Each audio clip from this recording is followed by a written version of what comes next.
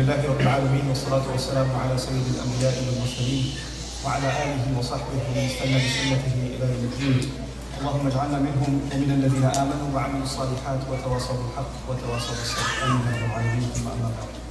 أعوذ بالله من الشيطان الرجيم. بسم الله الرحمن الرحيم. ألف لام را تلك آيات الكتاب المبين إنا أنزلناه قرآنا عربيا لعلكم تعقلون نحن نقص عليك أحسن القصص بما أوحينا إليك هذا القرآن وإن كنت من قبله لمن الغافلين. رب اشرح لي صدري ويسر لي أمري واحلل عقدة من لساني يفقهوا قولي. اللهم ثبتنا عند الموت بلا إله إلا الله. اللهم اجعلنا من الذين آمنوا وعملوا الصالحات وتواصوا بالحق وتواصوا بالصبر. آمين يا رب العالمين. So everyone, first of all, thank you for coming out this evening. I know it's getting a little stuffy here, and I hope, inshallah ta'ala, that you're able to tolerate that. Some of you are going to get some amazing sleep tonight, and that's okay, inshallah. And some of you are already getting pretty good updates on your Facebook as you go, so that's fine too. It's okay. I'm totally cool with that. Because of my experience in teaching, I don't get bothered easily, so if I hear babies crying in the back or adults crying, doesn't matter. It's not going to really distract me from what I have to say, so inshallah ta'ala, I hope to get some things across to you guys. Some lessons I think that are of great value to myself and inshallah ta'ala my family, and I hope you and your family as well, that belong to Surah Yusuf. As you all know, the title for this program this evening is called Temptation. And so it is that title that is going to drive our observations from Surah Yusuf. So what I'm not here to do is to explain the surah to you. If that was my goal, I would stop at every ayah and try to explore the benefits of every ayah and share some things about every ayah with you. But really on the question of temptation and how does Allah give us guidance on this problem, the problem of temptation. That is what we're going to try and discuss today, inshallah ta'ala, in some depth. So I want to start with a disclaimer. In Christian literature, they use the word temptation as a word that's evil. Like the devil is trying to what? Tempt me. Okay, temptation is an evil thing. And desire is an evil thing. But as a matter of fact, in the Quran, desire or temptation is not something necessarily evil. Allah Azza wa Jalla says, زُيِّنَ لِلنَّاسِ حُبُّ الشَّهَوَاتِ مِنَ النِّسَاءِ وَالْبَنِينَ وَالْقَنَاطِيرِ الْمُقَنطَرَةِ مِنَ الذَّهَبِ وَالْفِضَّةِ وَالْخَيْلِ الْمُسَوَّمَةِ وَالْأَنْعَامِ وَالْحَرْثِ ذَلِكَ مَتَاعُ الْحَيَاةِ الدُّنْيَا وَاللَّهُ عِندَهُ حُسْنُ الْمَآبِ. This is, Allah says Himself that for men, the love of beauty and of temptation, literally shahwa, that comes from women was beautified. Men were made crazy about women, literally, and that was made beautiful to them. And of having sons, and of a nice ride, and al-khayl al-musawwama, you gotta have a sick ride. Since back in the day until now, and please don't play with the echo thing. For reciters it's awesome, for speakers it's like weird. Okay, so what was I saying? These echoes really mess with me.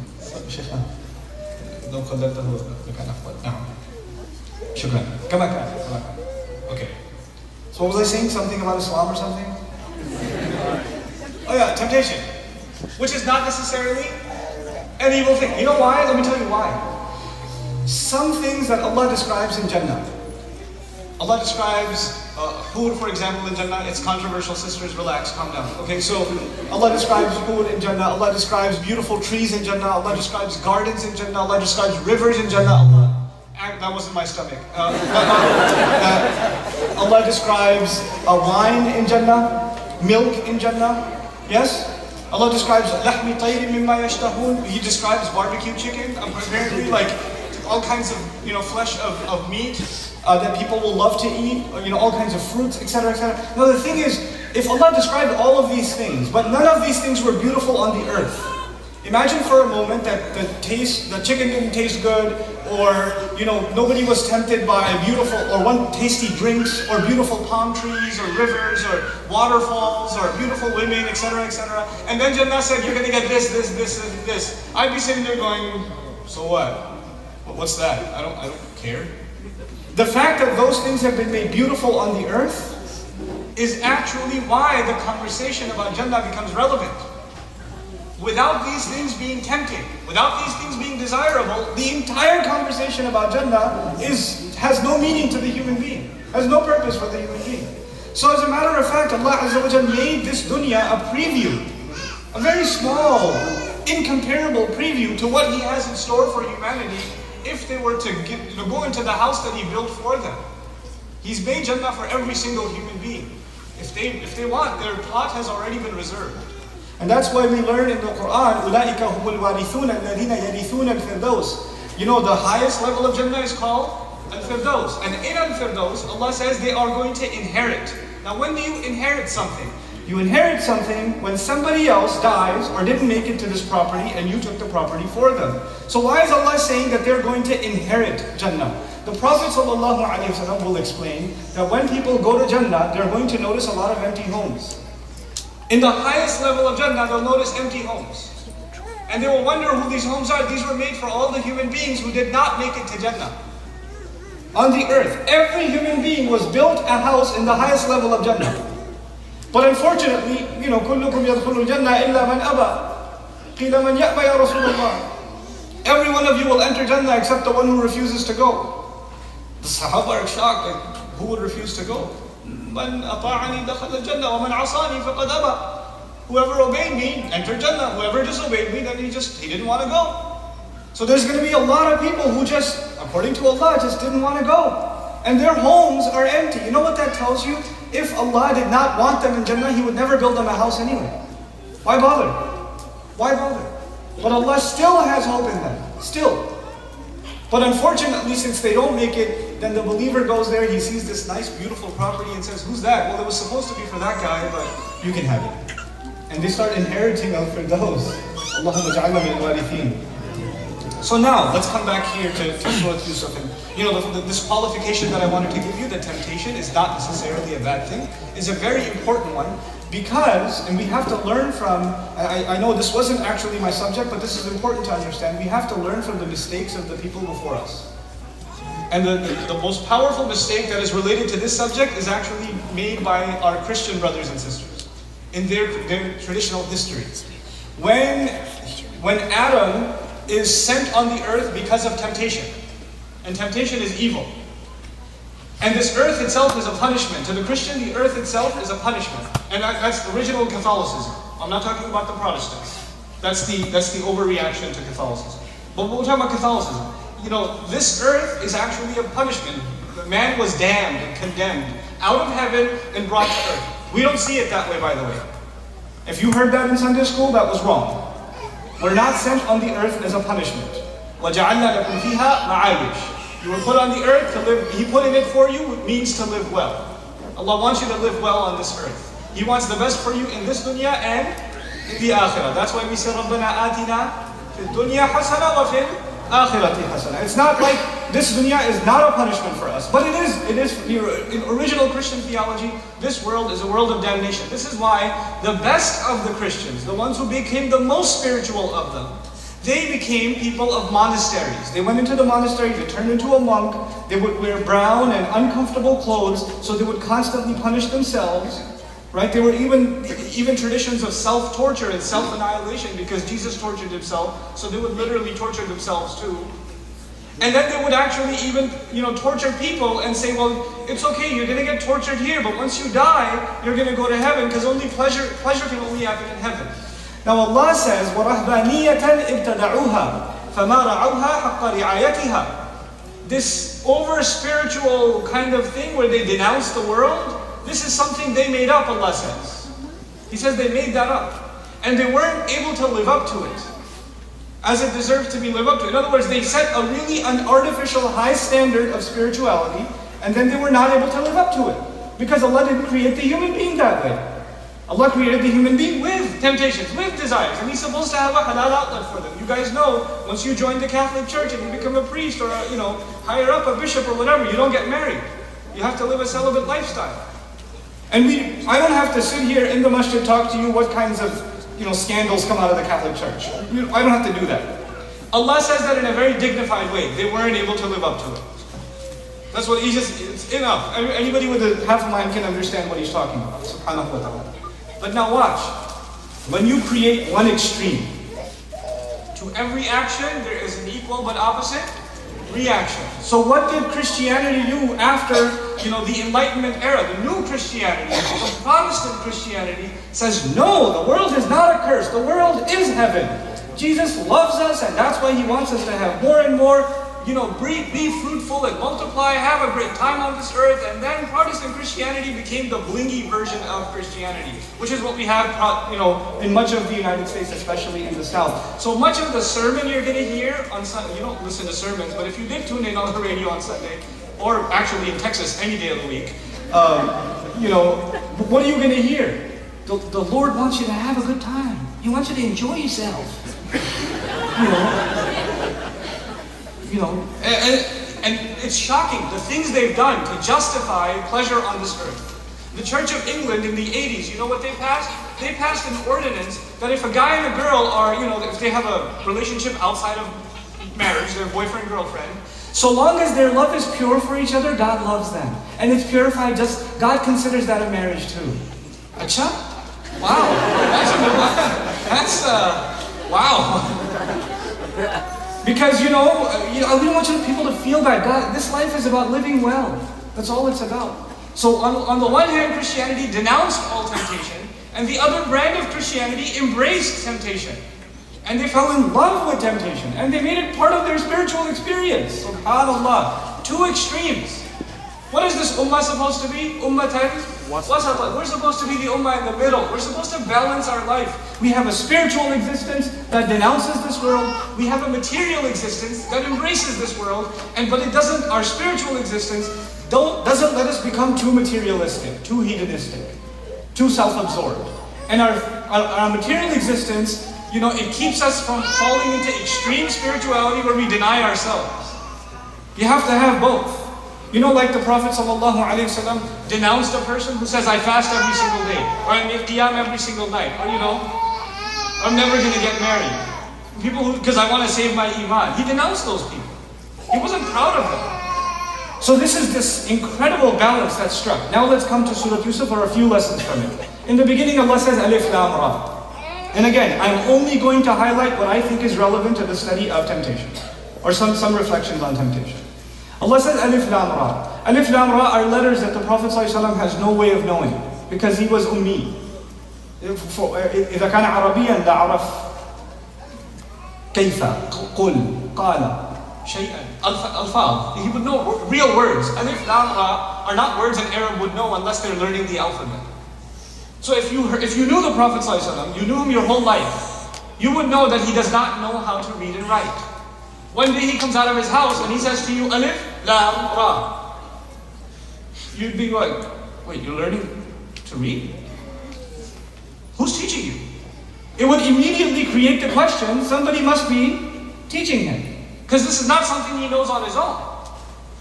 So when that question is created, the answer is given immediately. Tilka ayatul kitab al-mubin. Those are the miraculous signs of the book that is clear and it clarifies. Here another thing I want to highlight. First of all, the messenger has a higher teacher, sallallahu alayhi wa sallam. This is higher education. The second thing I want to highlight is the meanings of the word mubin. The book is clear in and of itself, but it also clarifies. It's lazim and muta'addid. It's clear in and of itself, and it also clarifies other things. In other words, when you study this book, you'll find its teachings to be clear. But when you study this book, it'll also start clarifying how you should deal with a situation, how you should be thinking, how you should be reacting, how you can better your relationships, etc. And then Allah says, إِنَّا أَنزَلْنَاهُ قُرْآنًا عَرَبِيًّا لَعَلَّكُمْ تَعْقِلُونَ. Just one highlight here. That Allah highlights that we sent it down as an Arabic recital. As an Arabic recital. Why is that important to highlight? Allah is making a point to note that everything He says in this Quran, every word that He says is perfect. And you cannot replace it with another word. The Arabic Allah chose. First of all, Allah chose this language among all the other languages. But within Arabic, there is, 50 times more vocabulary available in Arabic than is used in the Quran. The Quran actually uses very little Arabic vocabulary. It doesn't use the entire library of Arabic. Arabic vocabulary is much, much, much bigger than the Quran.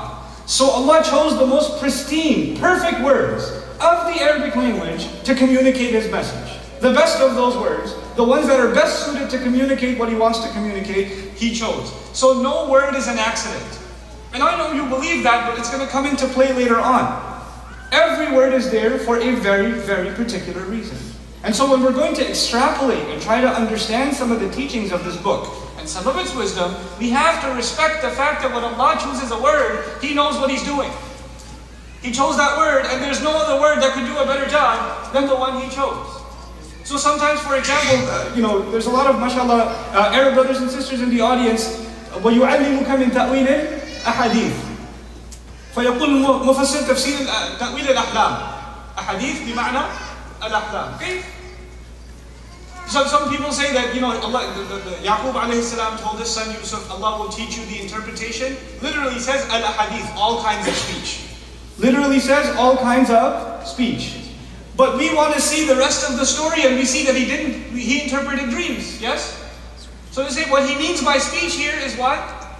Dreams. But if he wanted to say dreams, he would have said dreams. He said all kinds of speech. So let's respect that.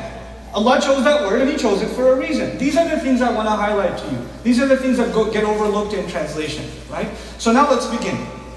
Allah says He's going to tell the best of all stories. أحسن القصص بما أوحينا إليك هذا القرآن. Well, we're going to tell you the best of all stories within what we have inspired to you. Now look at the word wahi. أوحى. قال في الآية السابقة إنا أنزلناه لا أوحينا إليك أنزلناه القرآن. We sent it down as a Quran. But now He's saying He inspired. That's how they translate wahi, is as inspiration, right? Or revelation. But let me tell you something about wahi. أوحى يعني أشار إليه في الخفي. To secretly point to somebody and give them a hint. A subtle hint. Like for example, you and your friend are sitting in a really boring party and you can't tell him, man, this is really boring. We need to get out of here, and your phone has already died, so you can't text it. So you go with your eyes, but not too much. You can't go, because it's too obvious. That would be wahi. Wahi means a very subtle hint. Very subtle hint. One of the dimensions of understanding the Quran is Allah gives very subtle hints. He teaches us things, you have to study it carefully, because when you study it carefully, there's some hints and clues in there that make you go, oh, I got you. That's what it makes you go. وَإِن كُنْتَ مِن قَبْلِهِ لَمِنَ الْغَافِلِينَ. Even though much before this you used to be from those who were unaware. Now, the use of the word unaware is powerful here, because it's being used for the Prophet ﷺ, and the obvious meaning is that he had no idea what the Quran was. That's the obvious meaning. But there's something else. Allah will give him hints. Allah will give him isharat. Allah will give him clues that someone who could not have figured this stuff out on their own, they would never have even known. There are people who pick up on small things. Since there are younger people here, of course you guys don't watch TV or anything, but I'm still going to give you a TV reference. There are detective shows. You have like a Sherlock type show or whatever. And these people pick out things that nobody else sees, yes? So everybody else sees a table, he sees a crime scene or something. You know what I'm saying? So that he's got a special eye for it. Everybody else is ghafil. Everybody else is not paying attention, basically. They don't have the skills to pay attention. What Allah is saying is that through His word, through the Quran, now we're able to pay attention to things that otherwise we would never pay attention to. We would have been ghafil. We wouldn't have even thought it was a big deal. But because of it, because of this wahi, we are no longer ghafil. We actually pay attention and we don't overlook certain things that Allah made us look at. The other implication here that's very important is that without this Quran, without this conversation, the things I'm going to talk to you about are not going to be a big deal.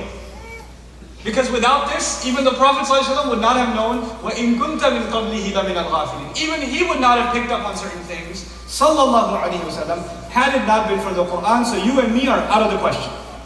If we don't have this discussion, even the Muslims, we're not going to be sensitive to certain things that we are supposed to be sensitive to. That is the point that's being made here. Now, Yusuf alayhi salam has a dream. Everybody knows what that dream is. I'm not going to dive too deep into that subject, but I will give you some things. He comes to his dad, and he starts telling him a dream. Old man or young man, Yusuf alayhi salam? Yeah. Yusuf alayhi salam, old man? Really? MashaAllah, the Islamic knowledge at VHA is remarkable. Yusuf alayhi salam, old man or young man? Young man. Actually, none of those. He's a boy. So, I got you. Okay, so, he's a boy, and he comes to his, fill in the blank, he comes to his father. Okay, and he tells him okay, wonderful. A young boy comes to his father to tell him a dream. How many fathers in the audience? Fathers. Very good. How many of you young boys have come to you to tell you a dream? Cool. Very few. Very few. But it's the thing of beauty. You know what that means? Your boy is comfortable with you. He likes to talk to you. He trusts you. He knows you're not going to yell at him or tell him you ate too many candies at night. That's why you saw that dream or something. There's a relationship between a father and a son that is so comfortable that this boy is able to go up to his dad and tell him even a dream. And the dad says, yeah, it's okay. No, he actually listens to him carefully. Now he says, إِنِّي رَأَيْتُ أَحَدَ عَشَرَ كَوْكَبًا. I saw 11 stars. I saw 11 stars. And then he says, وَالشَّمْسُ وَالْقَمَرُ. And I saw the sun and the moon. Now the verb is I saw, رَأَيْتُ, إِنِّي رَأَيْتُ. But he emphasized it by saying inni, as though I'm telling you that's what I really saw. Because he's in shock about what he saw. So he uses the word inni. And then he highlights that he saw 11 stars, the sun and the moon, but by the time he got to that part, he's so much more in shock that he had to start his sentence over again. You know a child, when they're nervous, they don't finish a sentence? What happened on the playground? I was playing, and then he came and I was playing. What happened after you were playing? Tell me what happened. I'm getting to that. Hold on a second. I was playing. When a child is nervous, they repeat themselves. The beauty of the Quran. إِنِّي رَأَيْتُ أَحَدَ عَشَرَ كَوْكَبًا وَالشَّمْسِ وَالْقَمَرِ رَأَيْتُهُمْ التَّكْرَارِ فَلِمَ التَّكْرَارِ. This child is repeating himself. I saw them. I really did see them. لِي سَاجِدِينَ لِي مُقَدَّمْ. This is actually, لِلْإِخْتِصَاص وَلِلتَّعَجُّبْ. To me, they were doing sajda. They were prostrating, putting their heads down before me. Wait, the sun and the moon don't have a head. How do you see a sun do sajda? Who can draw that for me? And start looking like a banana or something. I don't know. What are you going to do? How does the sun and the moon do sajda? How do stars do sajda? And the remarkable thing about the Arabic, إِنَّا أَنزَلْنَاهُ قُرْآنًا عَرَبِيًّا. The remarkable thing about the Arabic is لم يقل رأيتهن لي ساجدين أو رأيتها لي ساجدين. قال رأيتهم لي ساجدين. الضمير المستعمل للعاقل لا لغير العاقل. The pronoun that's used here is the one that's used for things that have intellect. Human beings, jinns, angels. In other words, as he is talking, you can already tell that this boy knows it ain't really the sun, and it ain't really the moon, and it ain't really stars. It's actually people. And you can tell that from the Arabic of the ayah. But when you read the English translation, it says, I saw 11 stars, the sun and the moon, I saw them prostrating before me. That's all it says, I saw them. But there's different words for them in Arabic. One of those words refers to people, one of those words refers to stuff. The sun and the moon and the stars are stuff. But he sees them as people. You know what that means? He's already figured it out. That's what bothers him. That's why he's bothered. And it makes total sense. And that's why the word sajidin, al-jam'a kadhalik, sajidina, is not used for creatures. It's not used for non-inanimate. It would have been sajida or sajidat. It's sajidin. Jam'a mu'annath salim. That's used for al-aqil, for the one that possesses intellect. So this boy's figured it out. He's really smart.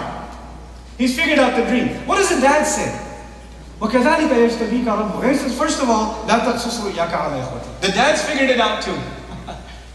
The dads, don't tell your brothers this dream.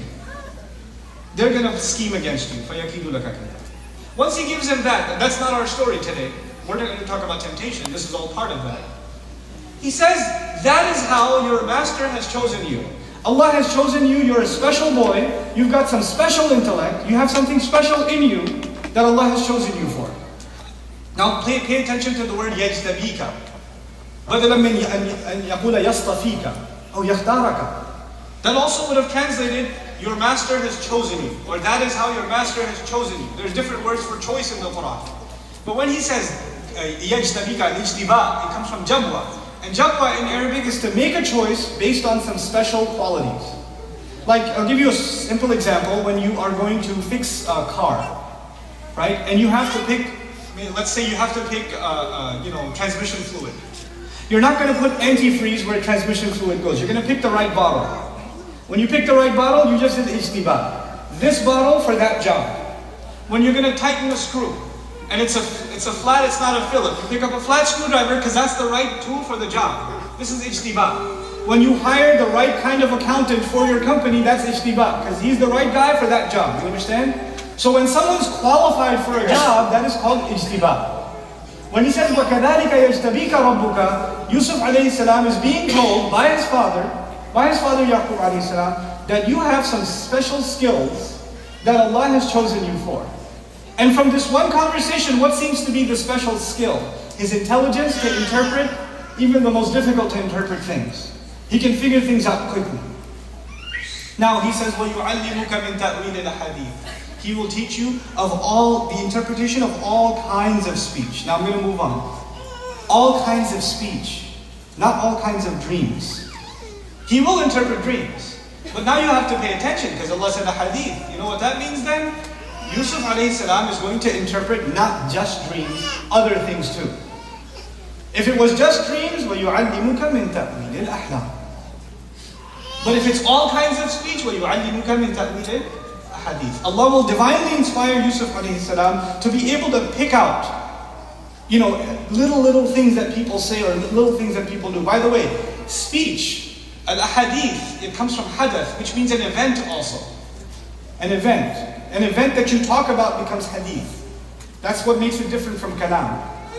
In other words, not only will Yusuf alayhi salam interpret speech, he will also be able to understand situations. He'll be able to understand situations. Sometimes people communicate without saying anything. You realize this, yes? And sometimes you can tell what people mean. They use some words, but they mean other words. For example, when you go home late and your wife says, "Wa alaikum assalam," that means you are dead. You understand? But it means, literally, if you translate it, it means upon you be peace. But what it really means is rest in peace. Right? So, but you can't tell that from the words, you have to tell that from the way something is being said, yes? So there's more to speech than just words. You have to understand the situation, the annotations, how someone is talking, what their tone is, their personality. There's a lot of psychology involved here. And basically, Yusuf alayhi salam is going to be a pretty expert psychologist. He's going to be able to figure out what people are saying, what's coming out of their mouth, and what's really going on in their head. That's going to be part of the genius of Yusuf alayhi salam. Now, fast forward, his brothers threw him in a well. Somebody picked him up. Who picked him up? Any thoughts? Any idea? Jibreel alayhi salam picked him up. Yes, in the Quran, who picked him up? No, the minister didn't go to a well. The minister has no time to go digging in a well in the boondocks. There was a group of people traveling, truck drivers at the time. And they picked him up for their merchandise, and they're like, "Oh, there's a kid here!" And they take him with him. And then they sell him in the black market. Because back in the day, slavery was still a normal thing. So they sell him in the black market, and a minister picks him up. And the minister likes this kid. And he takes him home. And now that's seen. وَقَالَ الَّذِي اشْتَرَاهُ مِن مِصْرَ. And the one who bought him from Egypt, he says to his wife, لِمْرَأَتِهِ, to his wife, أَكْرِمِي مَثْوَاهُ. Now translation says honor his residence. Literally says honor his residence. So let's try to understand these words. First, let's talk about the word residence. It's not maskan, it's mathwa, which comes from thawa. It's used even for the Prophet sallallahu alaihi wasallam. وَمَا كُنْتَ ثَاوِيًا فِي أَهْلِ مَدْيَنَ. Thawa in Arabic means to live somewhere where you will live for many, many generations. Thawa means not just your home, but your home for many generations. The fact that he's using the word mathwa actually tells you that the man is so impressed with this boy, he wants him to stay here his lifetime, and hopefully even his family can settle here. Like, that's how impressed he is. Sometimes you hire someone and you hope that they're going to be a long-term hire, right? And he's already sold that this kid is not an experiment. I'm not going through a phase, like we're going to try this kid out and then we'll see if we can sell him off or something. No. He wants him long-term. And that's already mentioned inside the word mathwa. Mathwa also suggests lineage, heritage. He can tell from brief conversation with this boy that he comes from a noble lineage. He can tell that he's a respectable child. He wasn't brought up on the streets or uncultured. And you know what? He's from a pretty noble lineage. He's the son of a prophet, Yaqub alayhi salam, grandson of a prophet, Ishaq alayhi salam, great-grandson of a prophet, Ibrahim alayhi salam. And he can tell, this man can tell from a little bit of conversation, this kid has noble blood. He's got noble lineage. Now he comes to his wife. I mean, he should have gone to the servants. He has other servants, yes? And we're going to learn there are other servants. You know, when they opened the door, there were other servants there? So there are other servants, so he should have just taken him to the service quarters and say, give him a room. But he went straight to the wife. And he said to her, not give him a room, honor his residence. Honor the place where he will stay long term. Now what does that mean? What does it mean when you tell a child, respect that space? Don't go there. Don't interrupt. Don't intervene. He knows that his wife is a bit, how do you put this? A bit nosy. And she's also a psycho. We'll learn that later. But she likes to, jump into people's business. So he says, listen, woman, I like this child. You're going to respect his space. You're going to respect his space. In other words, just stay away from him, okay? Just leave him alone. This kid's, I like him. He's for me. So he already knows that his wife is like a little, loopy. And first thing he goes, he takes some precaution. Akrimi mathwahu. Take care of his, or honor his housing. Now when he says this to her, Akrimi mathwahu, asa an yanfa'ana wa nattakhidahu walada. Maybe he could benefit us, or we could take him as our own kid. Now, when you buy a slave, you don't think of adopting him as your own child. But it seems, because he can tell he's so noble and what a wonderful kid he is, and mashallah, a really cute one too, that he says maybe we could just keep him as our own. And he also doesn't believe, and this is interesting, some of us say because he couldn't have a child with this wife or something like that. But also, it seems to be indicated that he doesn't want a child with this woman. Because she's going to raise him the way she is. And now he's got this pre-packaged, custom-made boy who's pretty awesome. Who's not going to be raised by her. Right? And even she's being told, please don't influence him. Respect his space. So he's like, maybe that's why we should adopt him, because this is pretty cool. By the way, you should know something about ancient cultures. They preferred adoption over even having one's own child. They preferred adoption. Let me tell you why. In some royal cultures, adoption was a big deal. Why? Because when you have a child, you don't decide their personality. It's not up to you. But when you adopt a child, you can look at their intelligence, their physical ability, etc., and you pick the one that you want to adopt, right? So actually kings, a lot of times kingdoms, even in the Roman Empire, kingdoms were passed down by adoption, not by actually blood. Because they took someone in, and that's why the Quran actually highlights that about Jesus there are two confusions among the Christians. Not just that Allah had a son, to have a child is to beget a child, but actually ittakhadha Allahu walada. He took a son. To take a son is closer to what? Adopting. And that's part of the Christian creed was adoption. And that would be perfect. He adopted the perfect son, And so the Quran even highlights that shirk too. They say, no, we're not saying begotten son, we're saying adopted son. No, even that shirk. So Allah addressed that in the Quran. But anyway, coming back to this. So he's even considering he might even want to adopt him. Now, Yusuf alayhi salam is in the house. And now that he's in the house, trouble begins. This is where things get really, really crazy. So I'm going to pull this. I wrote this down for you so I don't skip any of it. Here we are. وَلَمَّا بَلَغَ أَشُدَّهُ. When he reaches his most intense age. A murahiq in Arabic is a teenager. Allah doesn't use that for teenage years. He says, reaching the most intense part of him. Such an amazing analysis in the Quran of what it means to be a teenager. Every emotion you have is what? Intense. You're playing a video game and you just lost. Round 2. You throw the controller on the ground, stomp, kick, punch the wall, tears coming out of your eyes. You've been trying to beat Akuma for 40 rounds. You haven't been able to beat him. You're trying to do this combo and it's just not happening. Your anger is intense. Your friendships are intense. Your desire to hang out is intense. When you play ball, you don't want to play ball for an hour, 2 hours. You keep playing until you can't stand up anymore. Everything about you, what you do when you're a teenager is intense. You see a girl, I want to marry her. You see another one, I want to marry her. Everything's intense. everything's outrageous. It's, every one of you, because you've just become an adult. You're on your way to becoming an adult. So you're experiencing freedom, you're experiencing emotions, you're experiencing things about your body you've never experienced before. So it's all really, really, really intense. And that's why ashuddahu is, afdal al-tafdeel. This is the most superlative form of the word. So when Musa alayhi salam reached the intense age, how many parents have teenagers here? Inna lillahi wa inna ilayhi raji'un. Okay, very good. I just became one too, alhamdulillah. So I'm scared to death. Oh my God. And specifically Allah highlights the teenage boy, right? Now he's a teenage boy, and teenage boys have certain feelings that we don't have to talk about. There's absolute ijma' on this ummah what those feelings are, and we don't have to describe them. Everybody's very clear about what they are. Now when that happens, Allah says, آتَيْنَاهُ حُكْمًا. We gave him good decision making, firm decision making.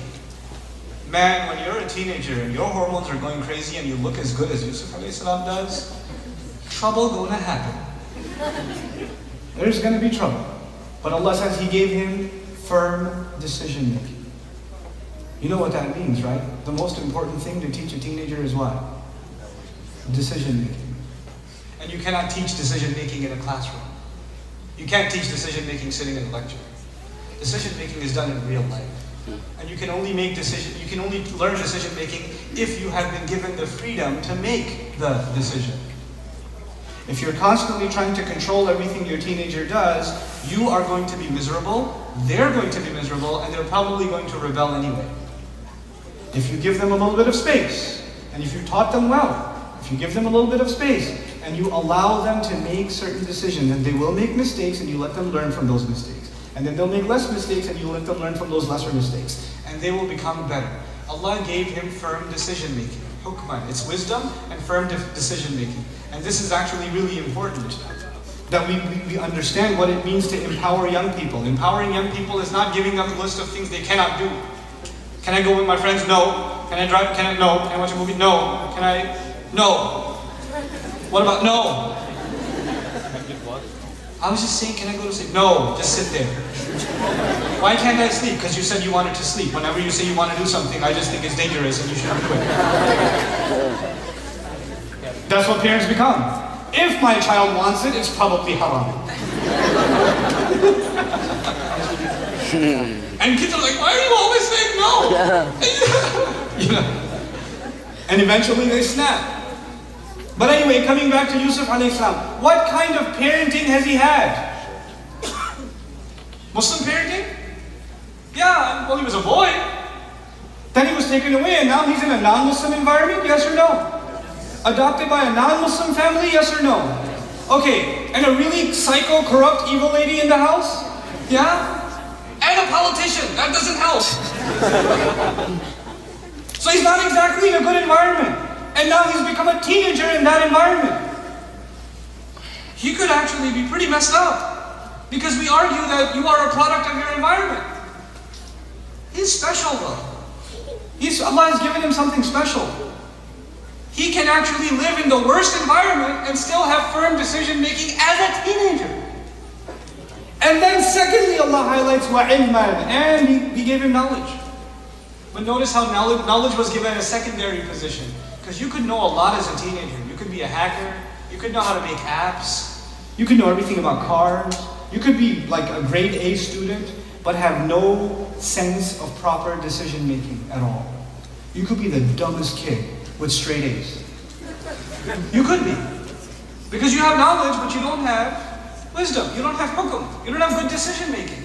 That's priority. You know what we've done with our kids? Let's put them in a good school district. Let's make sure their grades are top grades. Let's make sure they're getting the best science education, math education, English education. That's all great, that's all ilm. Where's hukum? The same schools that have the best science, math, English education, the ones that have the highest SAT scores, the highest college entrances, all of those things are the same schools where they are morally completely bankrupt and decrepit. The same schools where every kid is addicted to pornography. Where there's all kinds of filth being shared and passed among kids, and the dirtiest language. And it's all normal, and not to mention drugs. With kids with straight A's, by the way. We've focused on the wrong things. We've bought into this artificial sort of, idea of success, not even looking at what Allah is telling us. آتَيْنَاهُ حُكْمًا وَعِلْمًا وَكَذَلِكَ نَجْزِي الْمُحْسِنِينَ. And that is how we compensate and we pay those who excel. By the way, ihsan is the highest level of spirituality. And Allah Azza wa Jalla is describing that if you have these two things, if you have ihsan from the very beginning, then Allah will give you strength and you can be like a really spiritual person even if you're a teenager. By the way, Yusuf alayhi salam, extremely knowledgeable in deen, scholar perhaps? No. He doesn't have that education. The only education he had in Islam was as a child. He had private tutoring with his father, Yaqub alayhi salam. That's it. That's all he's got. He's holding on to that education now that he's a teenager. Now things are going to get really fuzzy. وَرَاوَدَتْهُ الَّتِي هُوَ فِي بَيْتِهَا. Translation says, and the one who was in, that one who was in his house, or in whose house he was in rather, desired him. That's what the translation says, desired him, or tried to make him slip. That's what the other translation says. Let's understand this word راوَدَ. الرائد الذي يرسل في التماس النعجة وطلب الكلام. From the root origin, ra, waw, and dal, the first meaning of the word is actually ra'id is used for someone who is sent to gather sheep, to herd sheep, and to protect them. Okay? So he's supposed to call sheep, come here, I don't know what you say to sheep, I don't know. But you say something to sheep to bring them closer to you, and you keep them close to you. Okay? So he's trying to allure the animal to keep it within the fence. This is why a seeker is also called the jama' of ra'id ruwad. Like in a hadith, the Prophet says, for Sahaba, يَدْخُلُونَ رُوَادًا يَخْرُجُونَ أَدِلَّةً. They come as seekers and they go out as givers of evidence. Ruwadan, they come as seekers. So seeking is within the meaning, right? Going out and really having desire to get something. Then, أصل الرائد الذين يتقدم القوم يبصر لهم الكلام. The one who gets ahead of everybody else is more zealous than everybody else to watch over something and be protective and possessive of something. That's within the meaning. أرادت جالت, to go around casually. ونسمت أي تحركت تحركا خفيفا. When somebody has rowed, they're walking around in a subtle way. I'm going to come back to all of these meanings. To want something, to be subtle, to walk around in a subtle way, to give subtle gestures. Okay, that's the second meaning. And to be zealous, to really go ahead of everybody else to try to acquire something. This is actually the same word from which you get irada, or arada shay'an, to want something. But finally, ar-rawd, al-muhla, fi shay'. To take things slowly is also called rawd. Now what does rawada mean? Rawada means that she wanted him. Rawada also means that she wanted, because it's from the mufa'ala family, she wanted him to like her. So she was trying to be cute around him. Oh, Yusuf, didn't notice you were here. That's what my impressions are very good, I know. Thank you. Okay, so she does that. Then secondly, she speaks, she goes around, to go jalat. She somehow ends up in the same room every now and then. Oh, Yusuf, just wondering what you're doing. Okay, I'm just gonna go now. And just kind of slip in every now and then, kind of go around and just be in his view all the time. Just wants to be in his view. Then it also, she as he's become a teenager, she's attracted to him. By the way, temptation is not a bad thing, remember that? She's attracted to him, but now she's slowly trying to drop hints at him. Because rawd also means muhda. She's slowly trying to, oh Yusuf, you're so wonderful. Just sit here. And I just want to talk.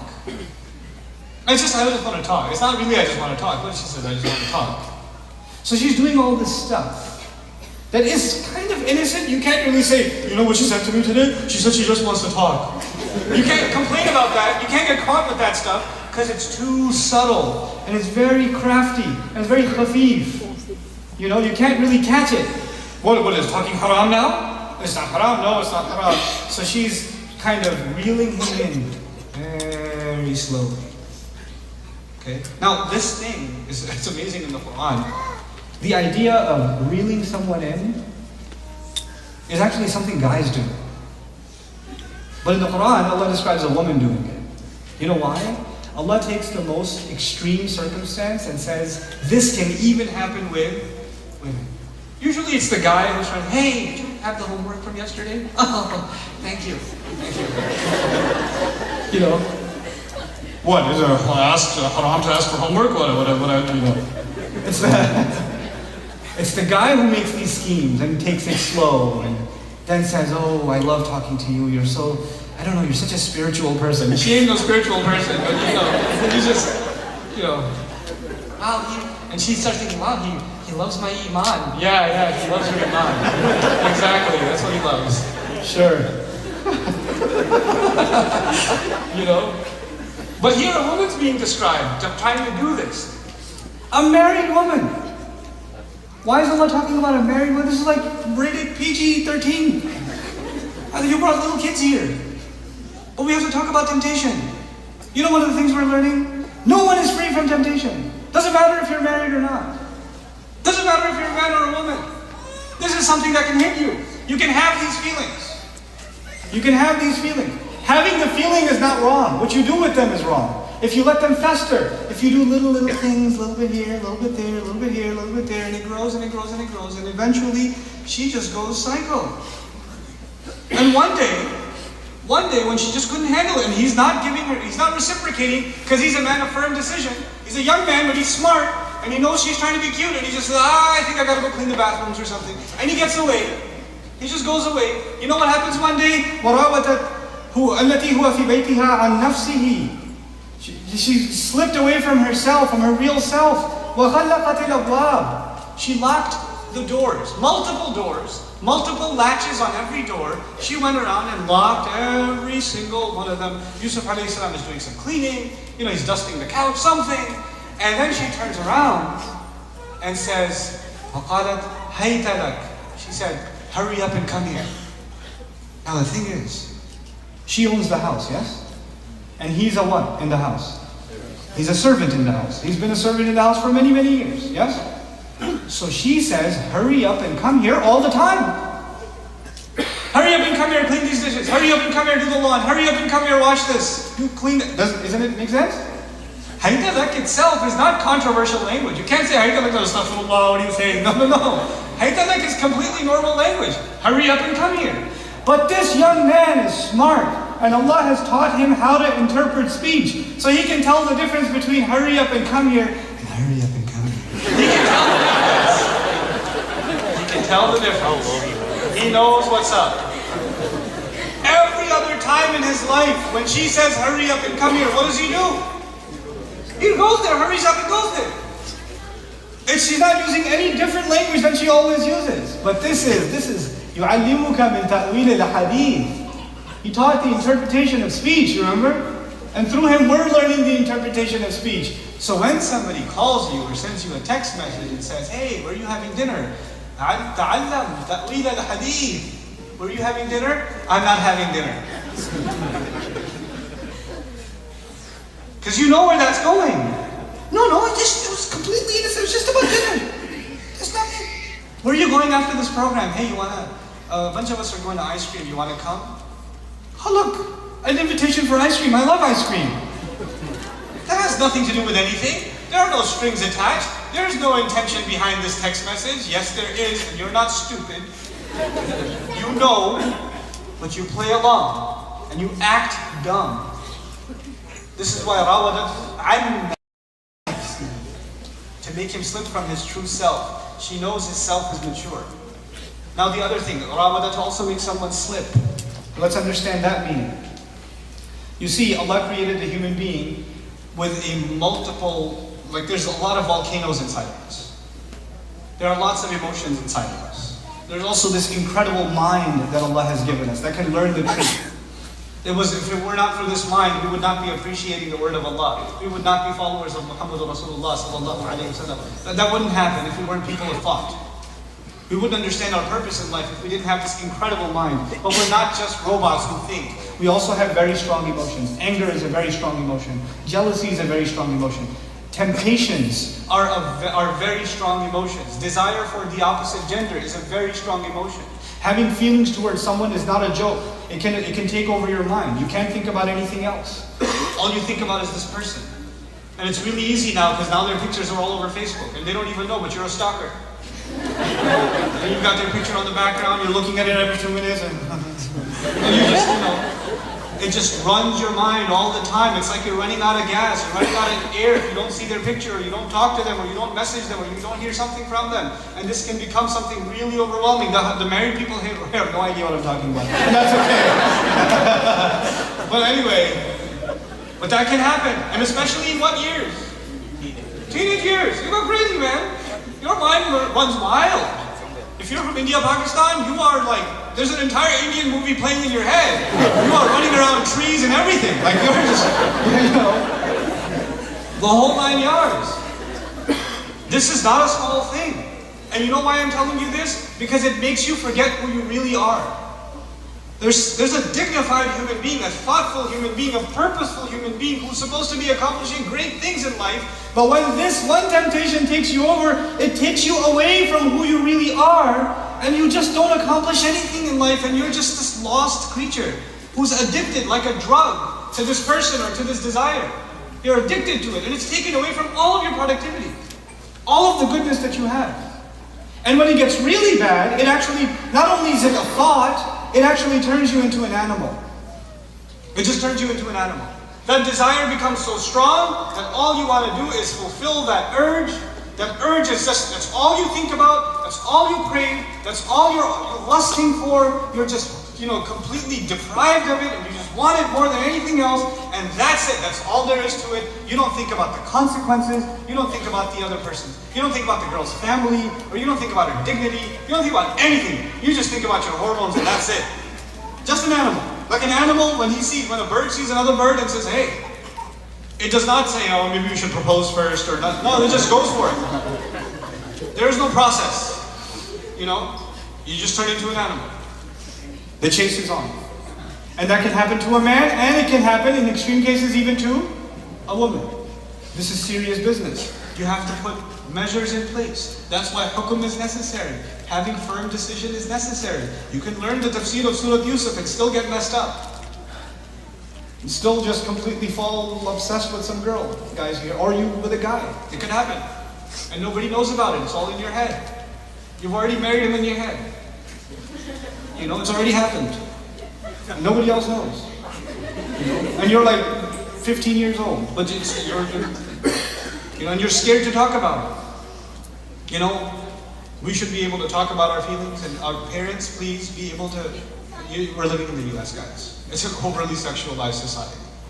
Children are exposed to sexual images at a young age. The statistics are overwhelming. They're overwhelming. We cannot be in denial of that reality.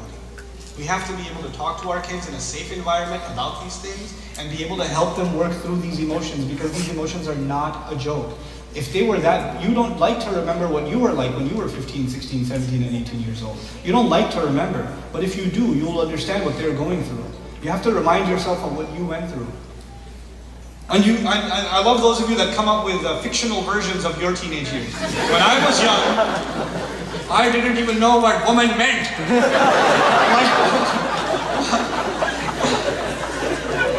No, that's not true. That is not true. So you can't do that. You have to be realistic.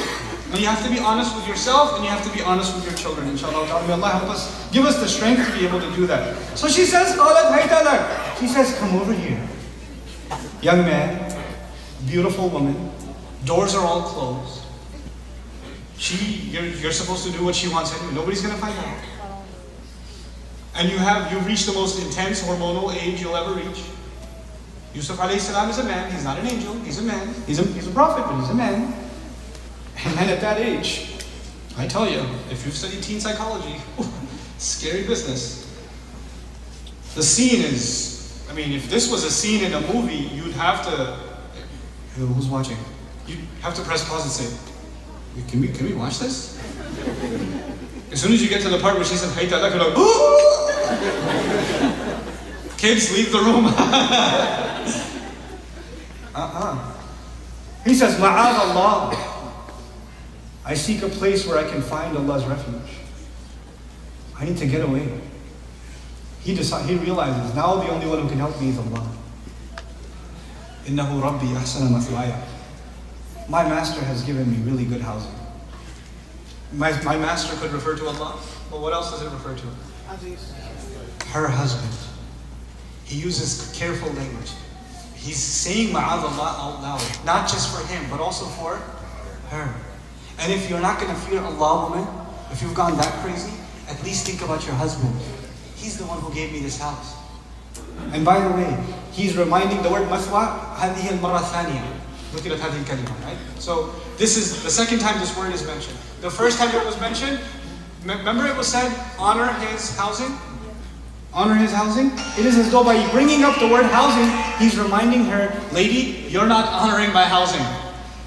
My boss actually gave me dignified housing, so this ain't part of my job description.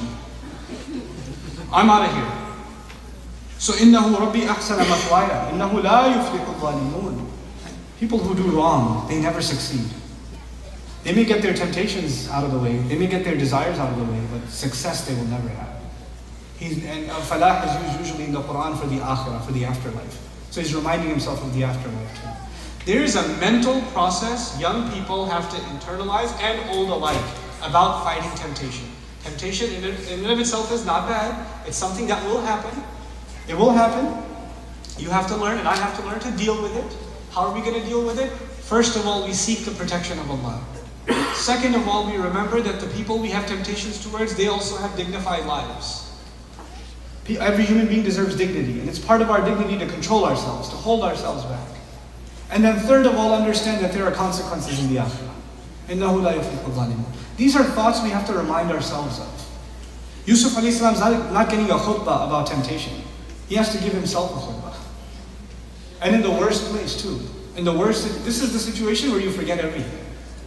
This is when you don't remember anything. I'll make istighfar later. You know? That's when everything goes out the window. You forget who you are. Remember? You forget who you are. Later on the guilt comes. Later on the shame comes. Later on you start sending emails. Astaghfirullah, I've made a mistake. What should I do? I get thousands of those emails. I made a mistake. I don't know what I was thinking. I wasn't myself. I don't know how many times I've read, I wasn't myself. You know? To make you slip from yourself. So you're not yourself anymore. What will keep you to yourself? What will maintain yourself and you don't lose yourself and become an animal and go lose it in the heat of the moment? This is the thing that's going to remind you. The dignity of the other, first of all, the refuge of Allah for yourself and them. Second of all, your own dignity and their dignity. Respect. I mean, I'll just come out and say it. Some of you guys here, you're dating. You're dating. You have a girlfriend. Maybe she's in the audience too. Oh, she just laughed. I'm kidding. Totally kidding. But maybe she's in the audience, and you know what? If that is the case, you guys have crossed certain lines. And somewhere in the back of your conscience, you feel guilty. But also at the same time, nobody knows. You've got a fake profile online. You've got your phone on a password. Nobody's going to find out. You did a few things here and there, but it's okay. You know what? You haven't feared Allah enough yet. And you haven't thought about her dignity, her family's dignity, her respect. You're just thinking about your own hormones. That's all you're thinking about. So now the discussion I want to share with you here, inshallah. وَلَقَدْ هَمَّتْ بِهِ وَهَمَّ بِهَا لَوْلَا أَن رَأَى بُرْهَانَ رَبِّهِ كَذَلِكَ لِنَصْرِفَ عَنْهُ السُّوءَ وَالْفَحْشَاءَ إِنَّهُ مِنْ عِبَادِنَا الْمُخْلَصِينَ. She absolutely wanted him, desired him. Hamma is to be important. She had made him the most important thing. It was her goal, like nothing else. I'm gonna have him. It became a matter now of possession even. And he would have been that way too. Law, the word law comes up. He would have desired her the same way had he not seen the very clear evidence of his Rabb. Now some interpret this to see that he saw an image of his father, and other things. The Quran doesn't indicate that. That tafsir exists and I respect it. But from the text of the Quran, what seems to be the clearest indication that he saw the Burhan, the evidence of his Rabb, is something Allah put deep inside of him, the hukum, the ilm. The innahu rabbi ahsana mathwaya, what's already been described, that is the burhan of his Rabb.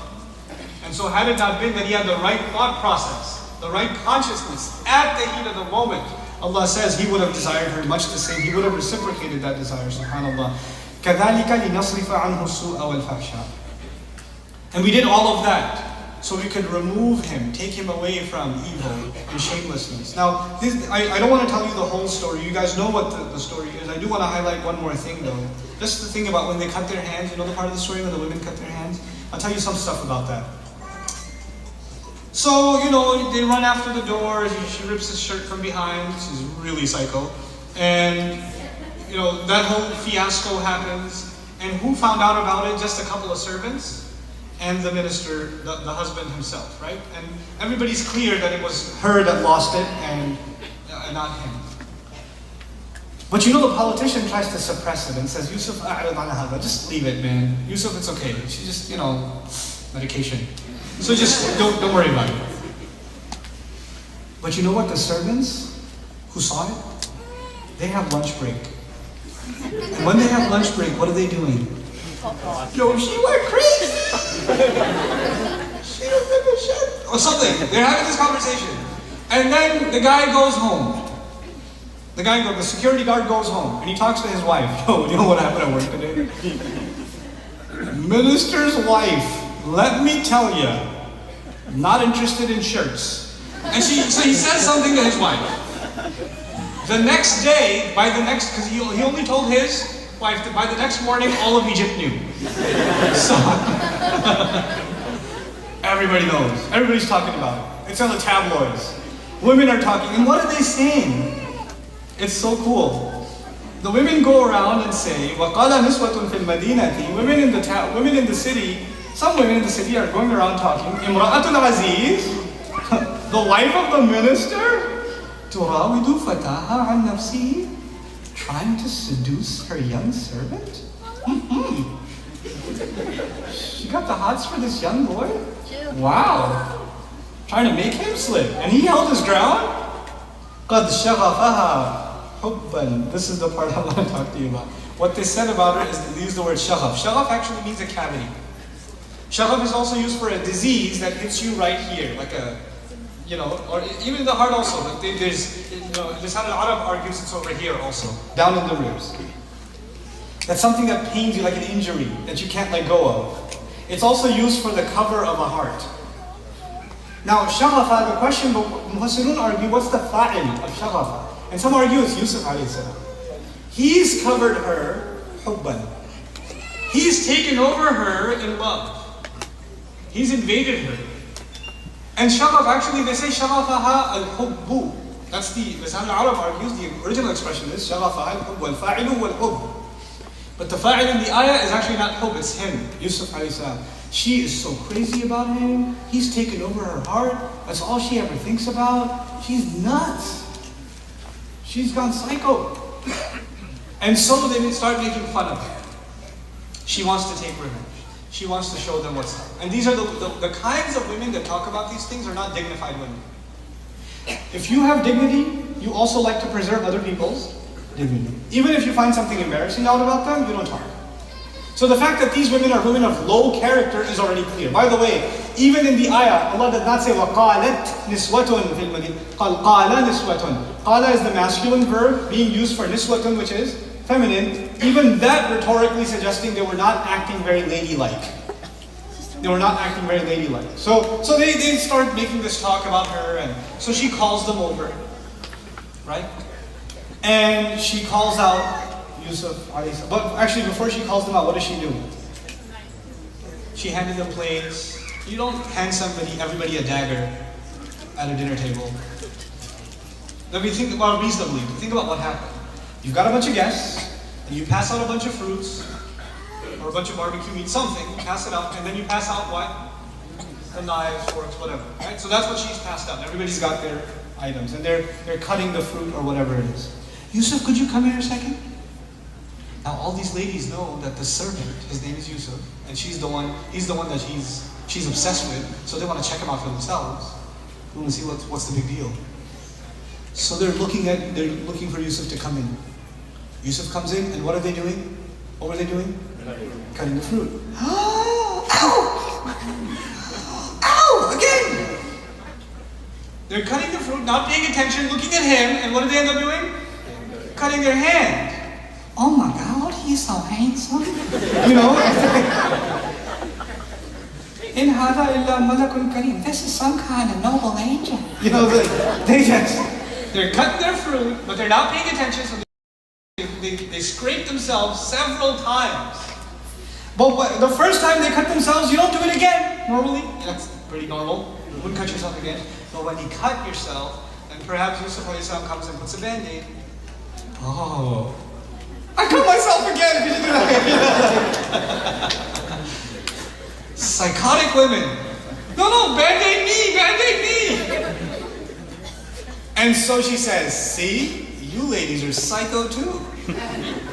You girls are crazy too. Let me tell you what this looks like in the modern world. A Justin Bieber concert.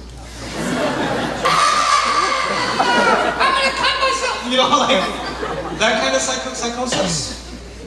After actors, after musicians, after celebrities, you know, after athletes, after the high school football team, after the popular guy, you know, when girls throw themselves at somebody. This is literally what this is. When does that happen? When women don't have respect for themselves anymore. That's when that happens. These women were women of low character. They didn't care about their dignity, which is evidenced in the fact that they didn't care about her dignity. Even if she messed up, it's not something you just casually talk about. And that low dignity comes from people who they don't have any values in terms of family or prestige or maintaining honor, none of that. All they have are hormones. That's all they have. That's the society we've become.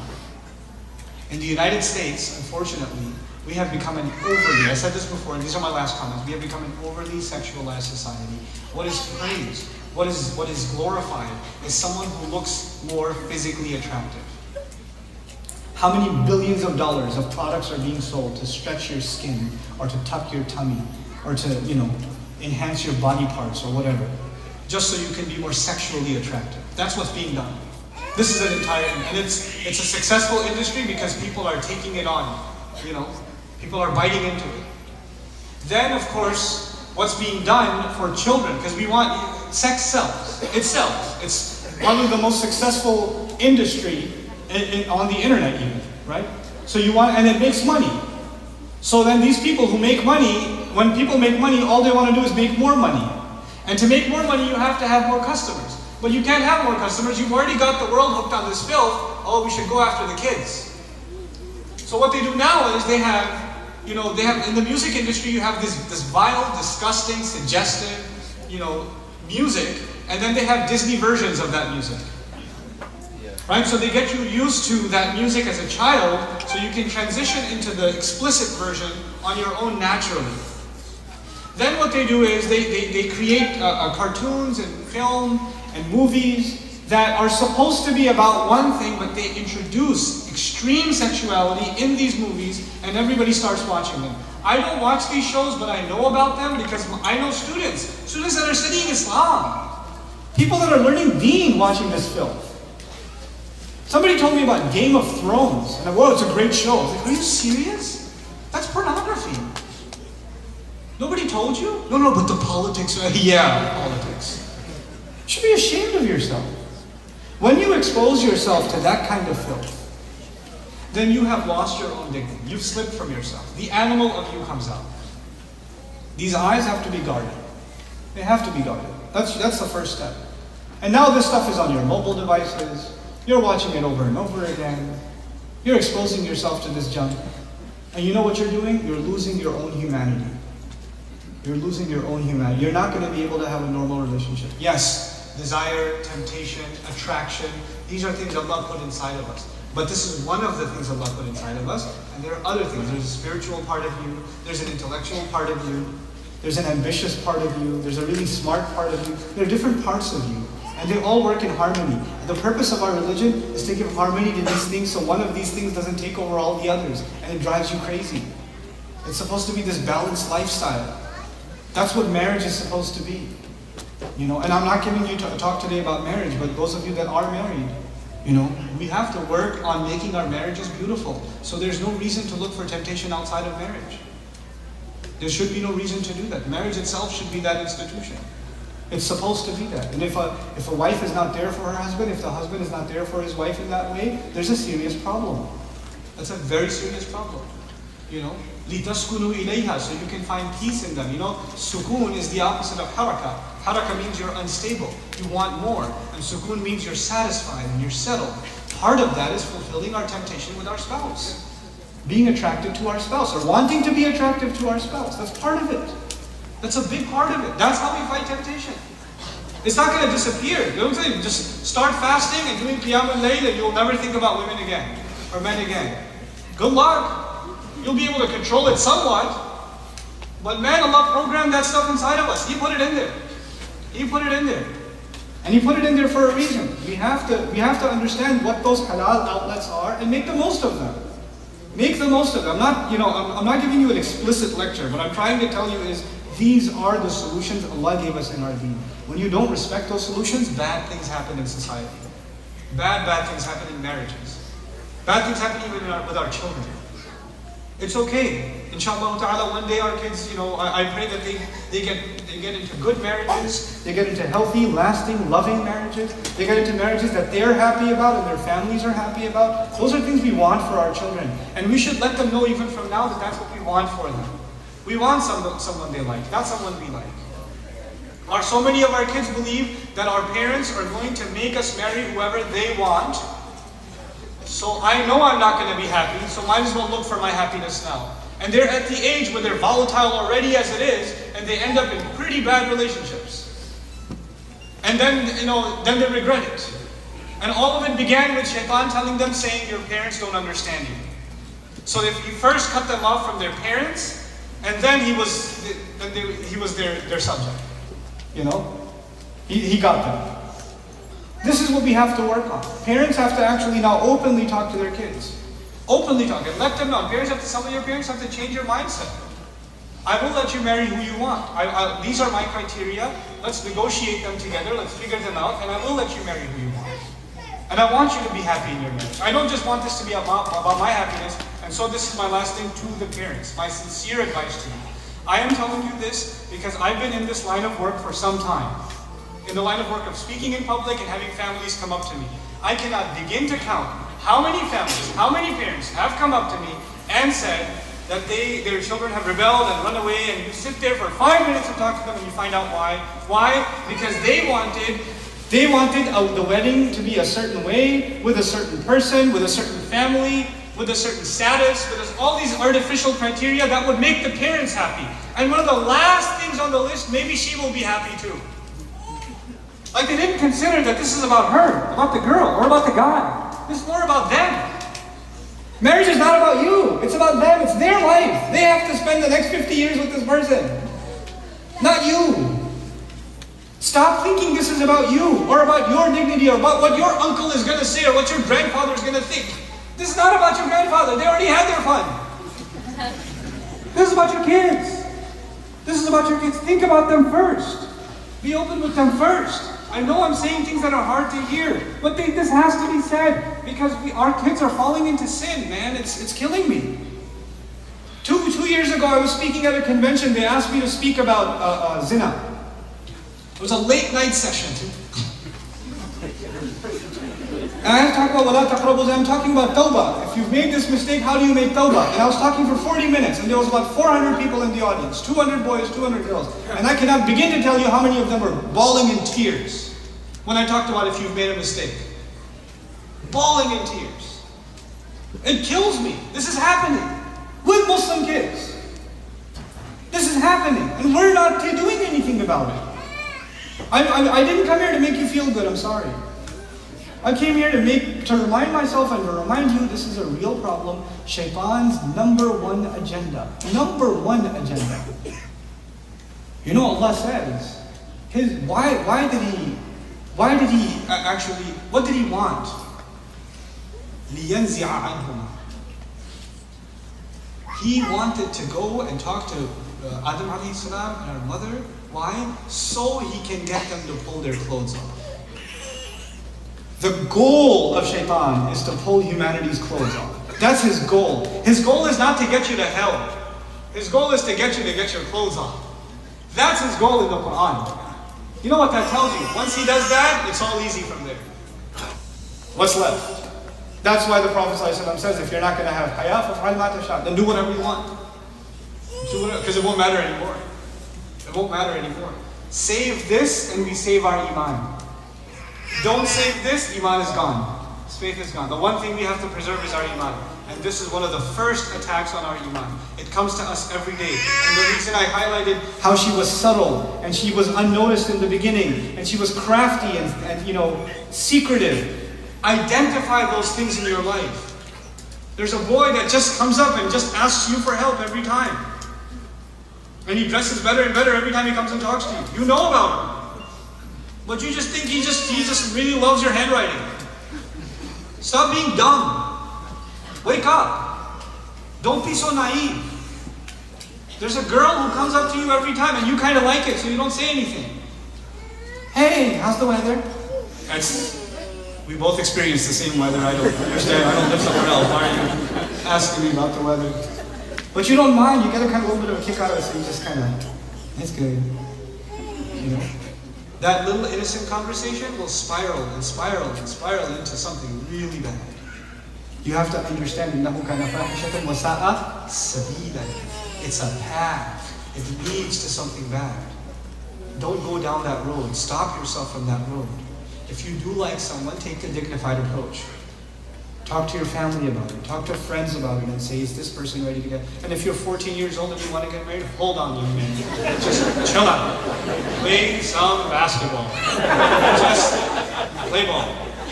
Play video games, play ball, exhaust yourself, work out, do something, keep yourself busy so that part of you doesn't drive you crazy. Because that part of you right now, if you let it go, it's going to eat you alive, my friend. It's going to eat you alive. If you're a young teenager and you start thinking about girls too much, ain't nothing left of you. I'm at 15-year-old boys. I'm ready to get married. Yes, you are ready to get married to handcuffs. Oh. You should be chained at home and kept. You're not ready. Your emotions, your hormones are thinking for you. Don't let that happen. May Allah Azza wa Jal protect our young men and women. May Allah Azza wa Jal give all of our families the ability to find good spouses for their children. May Allah protect and preserve our marriages. And may Allah Azza wa Jal put barakah in our marriages. May Allah Azza wa Jal give us the ability to be good, strong parents for our kids. Barakallahu li wa lakum fil Qur'an al-Hakim wa nafa'ani wa iyyakum bil ayati wa dhikr hakim. Assalamu alaikum wa rahmatullahi wa barakatuh.